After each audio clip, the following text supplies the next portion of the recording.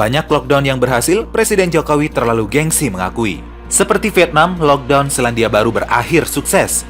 Ayo Buzzers, serbu, bela junjunganmu. Kenapa Buzzers plus 62 malah menyerang Vietnam yang sukses lockdown? Demi bela Jokowi.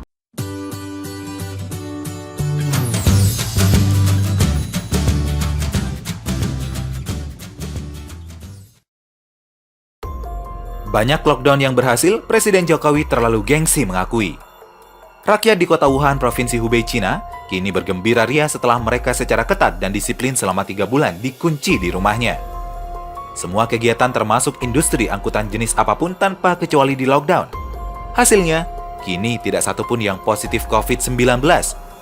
Di Vietnam, yang dekat perbatasan Cina, malah lebih awal bisa menepuk dada. Tidak satupun warganya yang meninggal akibat COVID-19. Mereka menerapkan lockdown. Menyusul, Australia mencabut lockdown yang membuat warganya senang, memenangkan perang melawan COVID-19, memuji pemerintahnya yang cepat tanggap. Pemerintah Australia khawatir dengan cara pemerintah Indonesia bercanda melawan wabah pandemi COVID-19, menarik duta besarnya pulang ke Australia. Jurnalis Australia sering mengkritik pemerintah Indonesia menangani COVID-19. Inggris, Perdana Menterinya yang positif COVID-19 dirawat selama 21 hari dan kini telah bertugas kembali berencana melonggarkan lockdown.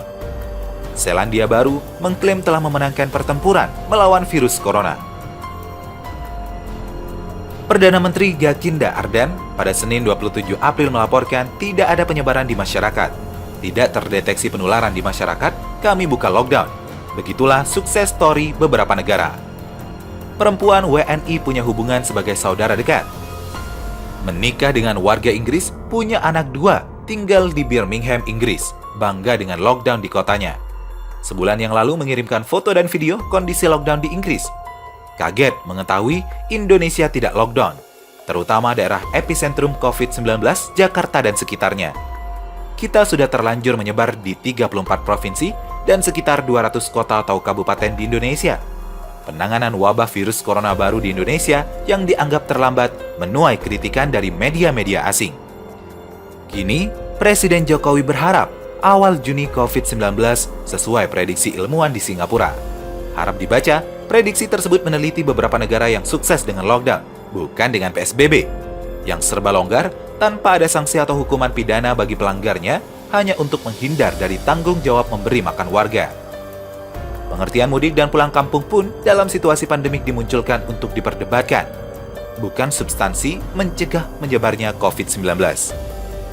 Sebagai Presiden di Republik Indonesia dengan kewenangan yang luar biasa, sewajarnya pertanggungjawabannya juga luar biasa. Seharusnya rakyat sudah harus menuntut pertanggungjawaban tersebut. Semestinya tidak banyak korban COVID-19 berjatuhan di Indonesia dan penyebaran bisa ditekan hanya di daerah epicentrum. Kenapa Vietnam berhasil, tidak satupun warganya yang meninggal? Ini jelas kegagalan pemerintah Indonesia. Tidak perlu beralasan bahwa pandemik berlangsung di seluruh dunia, apalagi membandingkan dengan urutan-urutan di dunia. Kebijakan yang serba longgar, memberi beban dan membingungkan daerah jelas suatu kegagalan. Pemimpin teledor dan gagal harusnya dapat sanksi. Wakil rakyat yang dipilih oleh rakyat semestinya punya hati nurani. Pengalihan tanggung jawab Presiden bukan dengan membagi sembako secara langsung kepada rakyat. Seperti Vietnam, lockdown Selandia Baru berakhir sukses. Ayo Buzzers, serbu, bela junjunganmu. Selandia Baru mulai mengakhiri lockdown yang telah berjalan sejak awal Maret lalu. Penyebaran virus corona berhasil ditekan dan korban jiwa hanya 1%. Pemerintah Selandia Baru mengklaim telah mampu menghentikan penyebaran COVID-19 dengan sejumlah kegiatan bisnis, fasilitas pendidikan, dan kesehatan akan dibuka mulai Selasa 28 April 2020. Dengan kasus baru hanya 1 orang selama beberapa hari, yaitu seorang pada hari Minggu 26 April. Perdana Menteri Jacinda Ardern mengatakan virus itu saat ini dihilangkan. Namun demikian, pemerintah mengingatkan agar tidak berpuas diri dengan mengatakan hal itu bukanlah berarti berakhirnya secara total kasus-kasus virus corona baru. Lockdown di Selandia Baru mulai dilonggarkan pada Senin 27 April 2020 tengah malam kemarin. Bisnis-bisnis pun mulai beroperasi dan konsumen merayakannya dengan menyerbu restoran favorit mereka meski masih drive-thru. Dilaporkan NZ Herald, Selasa 28 April 2020, total lockdown di Selandia Baru hampir selama 5 minggu.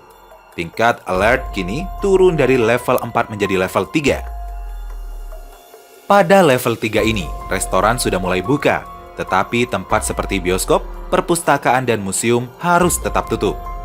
Perdana Menteri Selandia Baru Jacinda Ardern mengatakan pemerintahannya sejauh ini dapat mengatasi virus corona. Ia mengapresiasi kepatuhan masyarakat mengikuti panduan pemerintah. Kepatuhan Selandia Baru telah luar biasa, juga ketika dibandingkan dengan negara-negara lain, ujar Perdana Menteri Ardern. Perdana Menteri Ardern juga berkata meski level lockdown turun, tetapi kehidupan sosial masyarakat belum bisa kembali seperti biasa. Kami membuka kembali ekonomi, belum membuka kehidupan sosial orang-orang jelasnya. Berdasarkan data Worldometer, total kasus virus corona di Selandia Baru mencapai 1.469 dan pasien meninggal 19 orang. Ini berarti persentase kematian di Selandia Baru hanya 1,2%.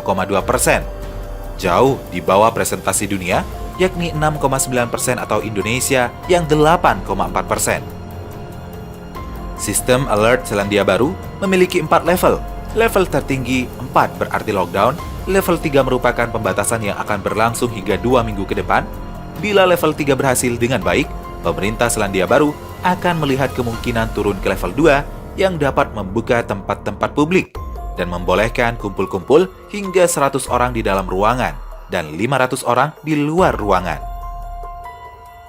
Apakah keberhasilan lockdown Selandia Baru akan diserang oleh buzzers RP plus 62? Sebagaimana mereka menyerang Vietnam karena sukses dengan lockdown? Demi membela junjungannya yang nantang tunjukkan negara mana yang berhasil atas corona dengan lockdown. Kenapa buzzers plus 62 malah menyerang Vietnam yang sukses lockdown demi bela Jokowi?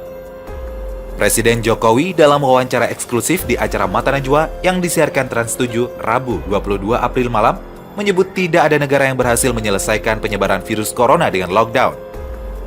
Coba tunjukkan negara mana yang berhasil melakukan lockdown dan bisa menghentikan masalah? Nggak ada menurut saya, kata Jokowi.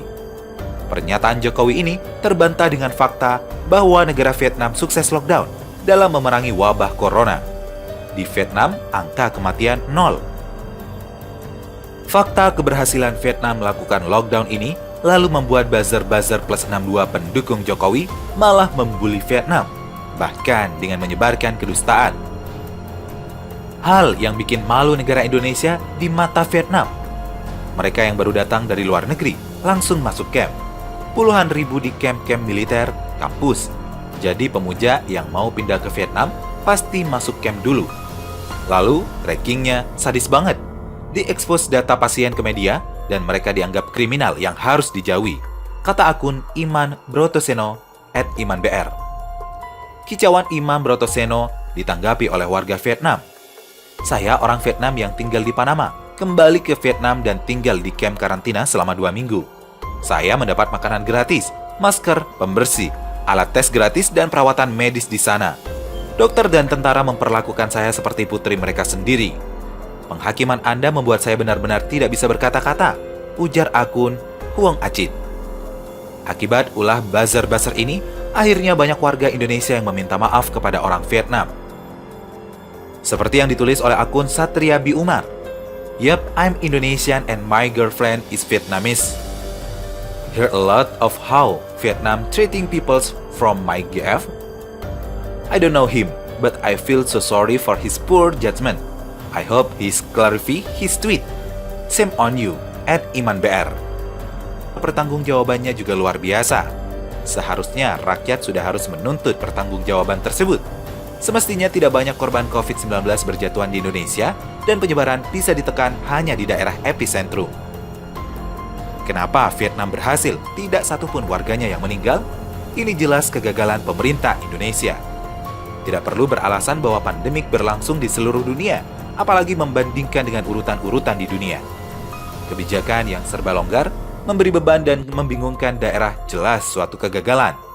Pemimpin teledor dan gagal harusnya dapat sanksi. Wakil rakyat yang dipilih oleh rakyat semestinya punya hati nurani, Pengalihan tanggung jawab Presiden bukan dengan membagi sembako secara langsung kepada rakyat,